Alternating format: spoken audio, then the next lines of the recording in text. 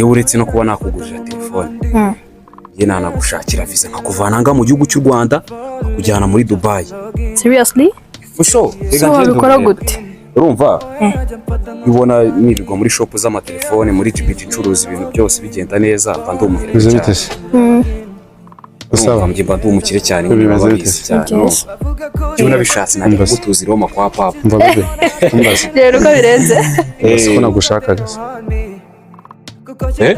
Nashaka ko tuvugana. Baziranye? Wewe muraziranye? Oya nashaka ko tuvugana ahubwo tanagushakaga. Kubera? Nyine nacyo nagushakaga. Ubona atari kumwe n'umuntu.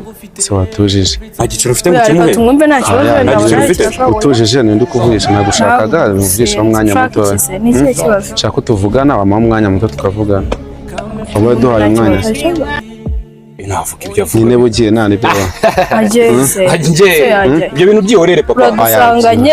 Wewe umpaye umwanya nabushoboka ibintu byinshi. Akomara ku cyureba nuko nukavuga rero tutwana tumeze nk'utwimbeba koko wagiye ufa ubusirimu koko kuruzura umukobwa mwiza usobanutse uyu nk'uyu musore nta kintu oya nyine ikibazo nuko abatumva igitekerezo cyanjye Ako muraziranye.